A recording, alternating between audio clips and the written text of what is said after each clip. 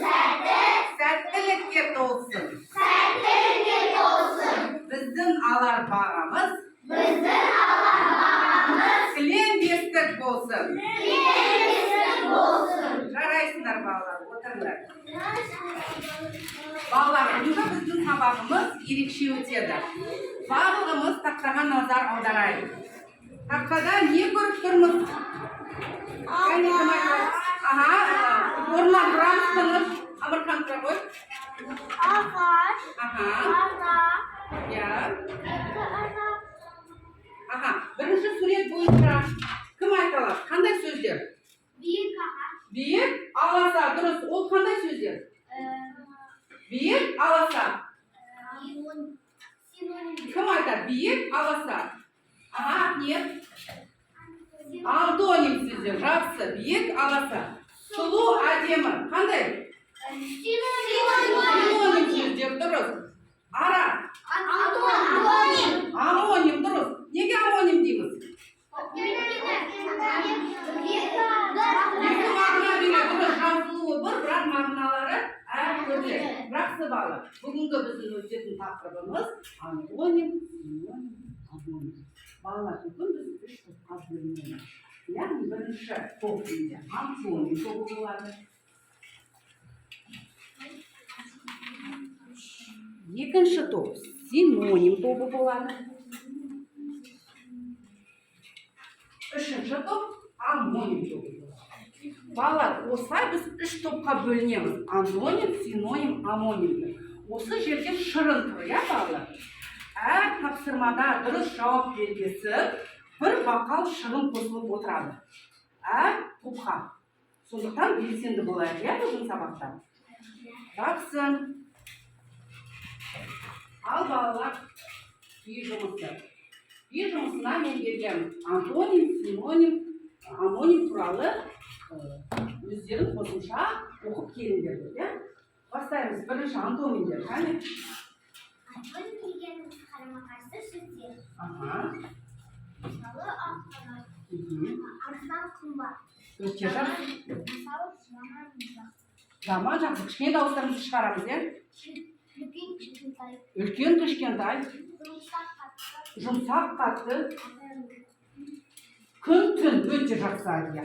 Келесі тізбек әдісі бойынша синоним туралы не айта аламыз? Мағынасы бірде жазылуы әртүрлі. Синоним дейміз. Өте жақсы. Синоним тілде байқа. Жақсы. Байқа. Әдемі көрікті. Мұғалім ұстаз. Өте жақсы. Ал енді амоним туралы. Кім айтады амоним дегеніміз? Жазылуы бірдей, дыбысталуы бірдей. Жазылуы бірдей, дыбысталуы бірдей. Мағынасы әр басқа сөздер. Дұрыс. Амоним сөздер деп аталады. Жақсы. Мысалы, алма жеміс. Қарындашты алма. Дұрыс. Екі мағынада айтылады. Жақсы. Жүз. Сан жүз. Жақтың жүзі. Сосын суда жүзі. Суда жүзі. Дұрыс. Өте жақсы. Адамның басы. Дене мүшесі, иә, бас деген сөз. Аяқты баспа. Аяқпен бас дейді. Жақсы. Алдияр. Жаз. Мезгіл болады. Дәптерге жаз. Дұрыс. Дәптерге жаз дейді. Амырхан. Ара ашады. Жәндік ара, дұрыс. Ара алвады. Ағаш. Ағаш кесетін ара болады. Өте жақсы бала. Ал қазір барлығымыз бала оқулықтың 14-ші бетін ашамыз. Негізінде Байырқали Әлімжановтың өлеңін оқып келемін. Мұқият тыңдап отырыңдар.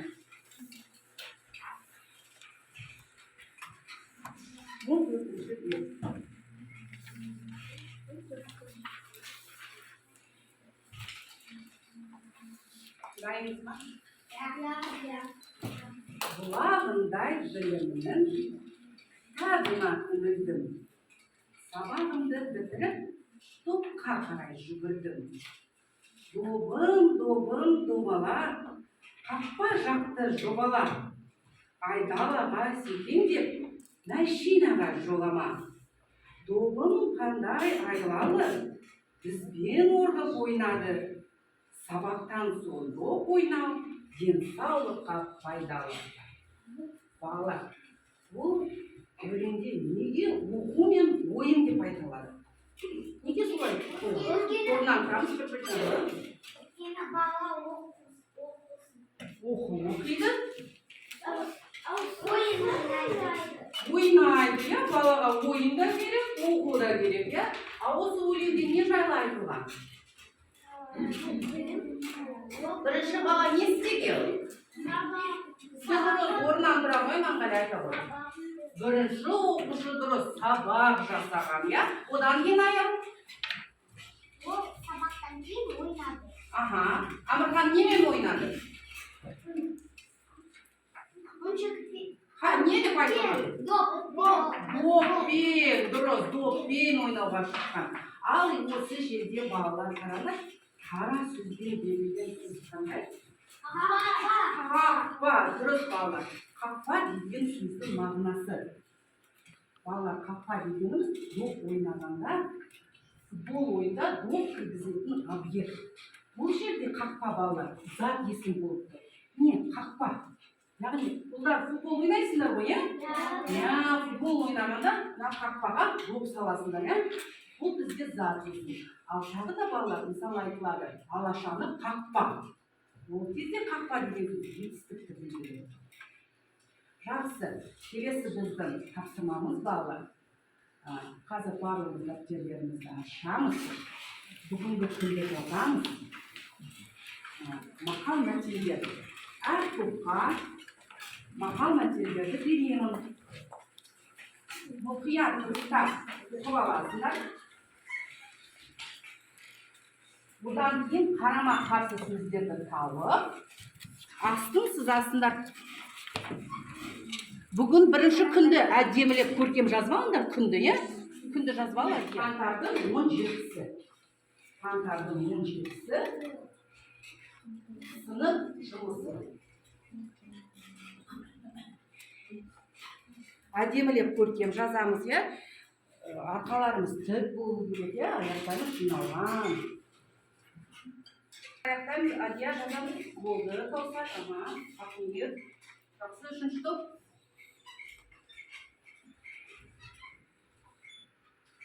Алдияғына тоқсаттың қасында бар, содан да жазуға болады. Тез жаза болады.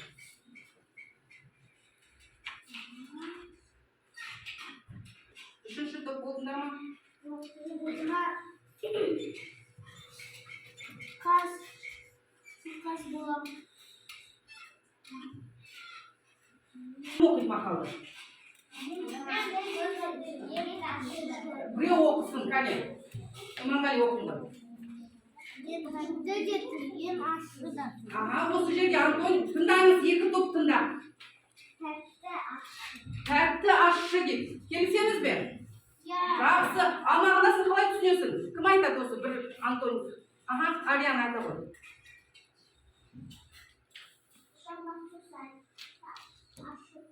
Жаман сөз айтса, ашшы болады дейді. Ренжисіңдер. Айта ғой. Көңілді боласың, е?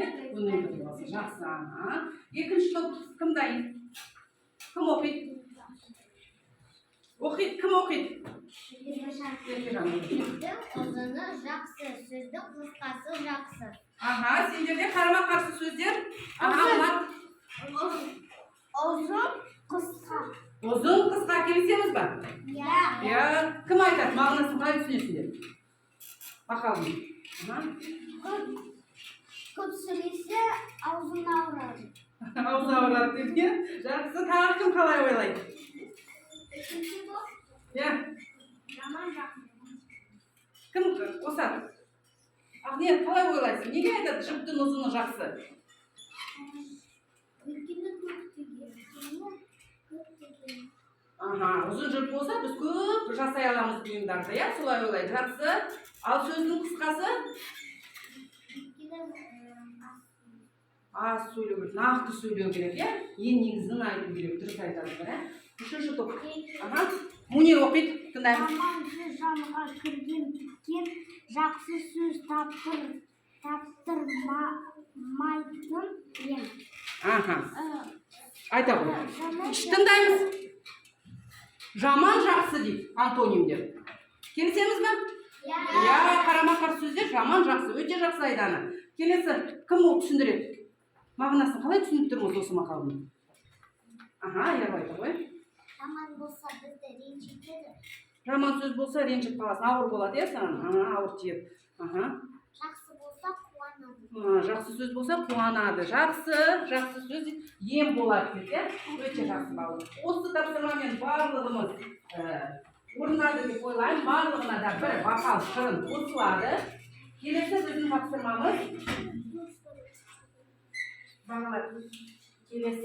тапсырмамыз синонимге байланысты болады. Яғни әр қатарға парақ таратамын. Сәйкестендіресіңдер балалар. Асықпай топпен бірінші шешіп аламыз. Одан кейін бірінші шешіп алып қандай сөз баста дегенде бірақ бастайсыңдар. Қазір оқып отырыңдар. Сөздерді оқимыз. Айтамын сосын оқыңдар.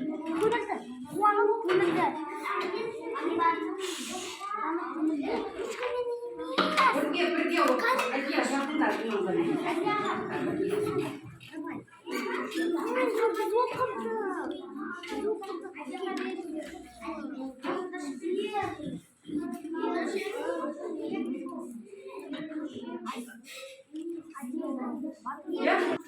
Отыр қазір.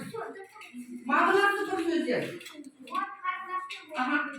Қазір дайын.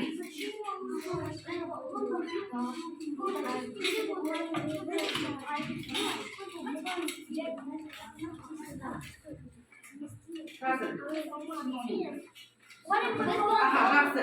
Бізде бірінші амоним бітті, бірінші сөзді оқиды бізде кім? Ерге берші Каусарға. Каусар оқы.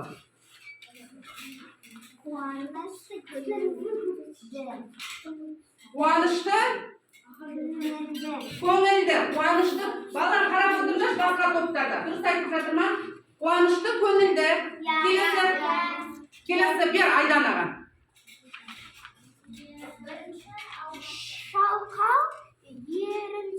Жалқау еріншек деп. Жақсы.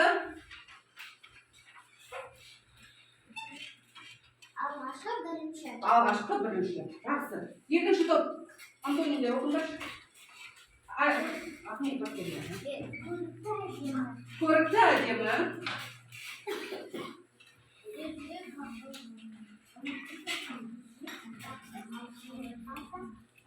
Атақ даңқ дейді. Жақсы. Үшінші. Нұрасыл баста. Алыс шалғай. Суық мұздай. Байлық қазына. Жақсы, келсеңіз бе? Жақсы, осы тапсырмамен үш топ барлығы дұрыс орындады. Тағы бір бақалдан шығын аласыздар. Келесі біздің тапсырмамыз үш сурет, бір сөз. Балалар, қалай ойлаймыз? Бұл тапсырма неге байланысты болады? Амоним сөздерге өте жақсы. Айтамын. Алма болады дұрыс.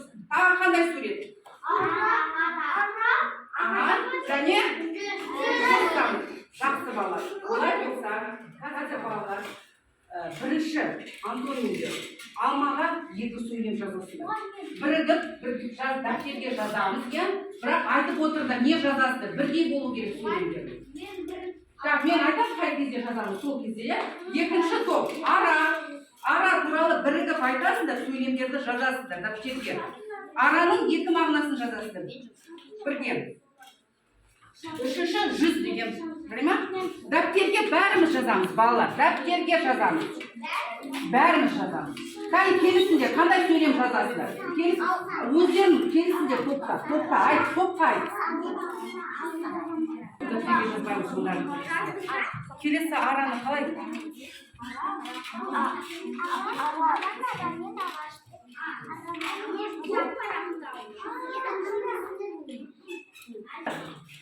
Bir-birimizni tındayықшы. Жазған сөйлемдерді тыңдап отырыңдар. Біріншісін оқыш, Еркежан. Ара гүлге ұшты. Гүлден гүлге ұшты, немесе гүлге қонды, е? Кішкене, жақсы. Екіншісін ақ не, айт.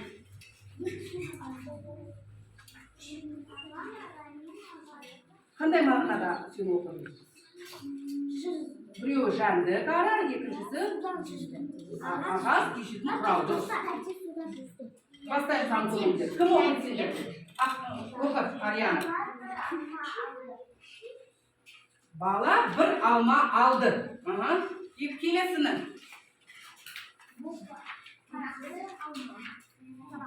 Парақты алма, дұрыс. Біріншіде алма не болып тұр? Жеміс, дұрыс, зат есім, я? Екіншіде? Етістік, я? Алма деген сөз. Жақсы. Келесі үшінші топ.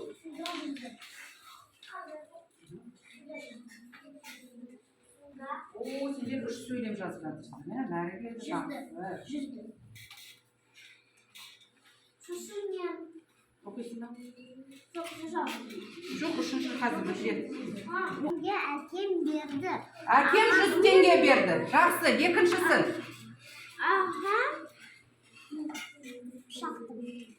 Ағам пышақтың жүзін қайрады. Дұрыс па? Ағам пышақтың жүзін қайрады дейді. Және үшінші сөйлем жазыпты. Тәтем суда жүзді. Тәтем суда жүзді. Жақсы балалар, үш шапалақ өзіңізге. Бәрекелді, балалар қазір орныңыздан барыңыз тұрам.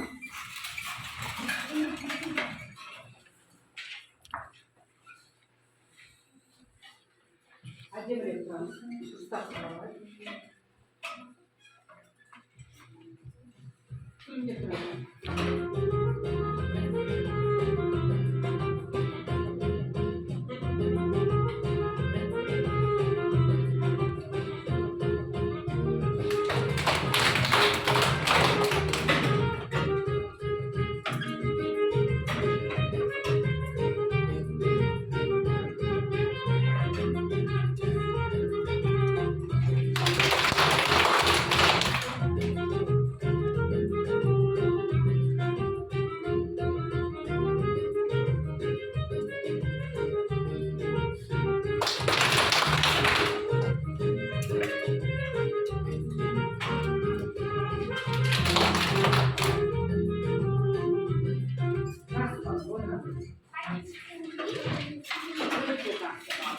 Үшінші тапсырмасында өте жақсы орындадыңдар.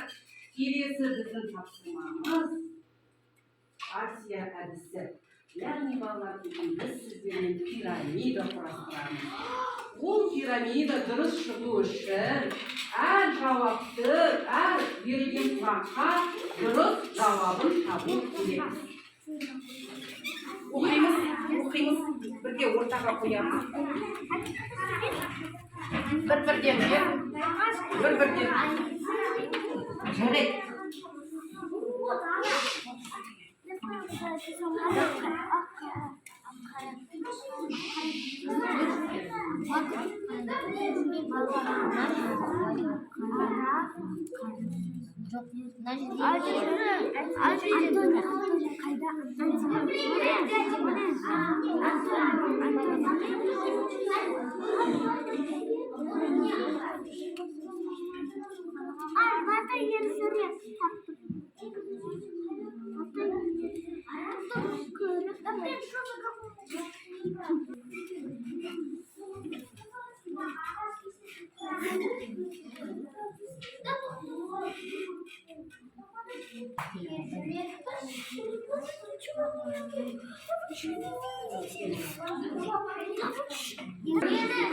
Пирамидадағы бір сұрағын оқы. Қалғандарын тыңдаймыз. Үшінші қатар тыңда.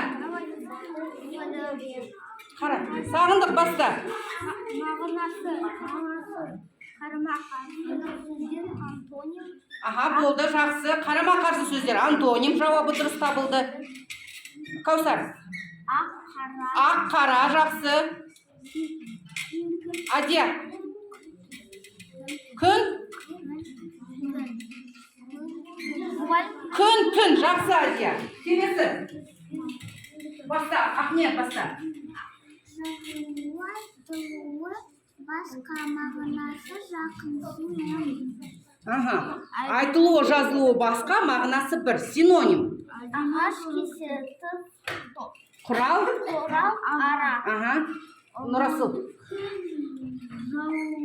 Жазылуы. Айтылуы бір мағынасы басқа. Жазылуы, айтылуы бір, мағынасы басқа. Антоним. Омоним. Амоним тұр ғой. Келесі үшінші бастаймыз. Мағынасы Жоқ, оны оқыды. Қандай? Фазилдеге қалды. Әдемі. әдемі көрікті. Аха. Ержүрек батты. Аха. Ержүрек батыр. Жақсы. Осылай шықты барлықтарыңызда, иә? Жақсы балалар, дұрыс таптыңдар. Келесі балалар, біз бүгін сіздермен көп жұмыс жасадық, иә? Осы жерде қазір қараңдар. Мен оқимын. Сендер маған балалар, барлықтарың осында қараңдаршы. Осы тұжырымды шешесіздер. Қай жерде дұрыс, қай жерде бұрыс. Антоним дегеніміз мағынасы бір-біріне жақын сөздер. Бұрыс деп ойлайды, иә? Антоним дегеніміз бір-біріне жақын сөз ба? Иә? Ол бұрыс. Келесіні бізде кім? Оқыш өзің. Кел, саңды оқың ғой. Жүз сөзі амонимге мысал бола алады. Дұрыс, иә, дұрыс. Келесі, Ахмет. Үшінші қатар. Әдемі сұлу күрікті сөздері антоним сөздер бола алады. Дұрыс. Келесі, кім? Каусар оқыш. Каусар оқы. Антоним сөздер. Дұрыс. Соңғысын бізде алмады оқи ғой. Синоним дегеніміз мағынасы жақын сөздер. Қалай ойлаймыз? Дұрыс деп ойлаймыз, иә? Мағынасы жақын сөздер болып синонимдер. Жақсы балалар. Бүгін біз сендермен өте көп жұмыс істедік. Яғни қандай сөздерді қайталадық бүгін? Яғни осы сөздерді ажырата аламыз ба енді? Дұрыс, ажырата аламыз, иә? Жақсы. Енді балалар, бүгін бізде кім өзіне жақсы 5 деген баға қояды? Мені бірінші тыңдағанға, иә? Жақсы топтарын өтеді. Кім өзі толықтай түсінген жоқ, кейде бір тапсырмадан мүмкін қателік жіберген шығар, иә? Ол сары доп көтереді. Ал кім мен түсінбедім, маған қиын болды дегендер, ол қызыл допты көтереді, оның балы 5-6 бал болады, иә? Балалар ал енді доптарды көтереді. Жақсы. Сен барлығын түсіндің, иә? Жақсы. Келесі бізде Мунир айтады. Мен анау осыдан бағанағын не антоним соларды бағана несін түсінбедім. Дұрыс түсінбей қалдың, иә? Сондықтан өзіңге сары түсті көтердің. Жақсы балалар. Бас бармақ әдісімен бәріміз көрсетеді, өте жақсы. Барлығы өте жақсы жұмыс істеді. Келесі үй жұмысы балалар сендерге 26-шы жаттығу 15-ші еді. И және де қараңдаршы балалар. Бүгін бізде қалай көңілдеріміз? Кім қандайды өзіңе бақыттысың бүгін?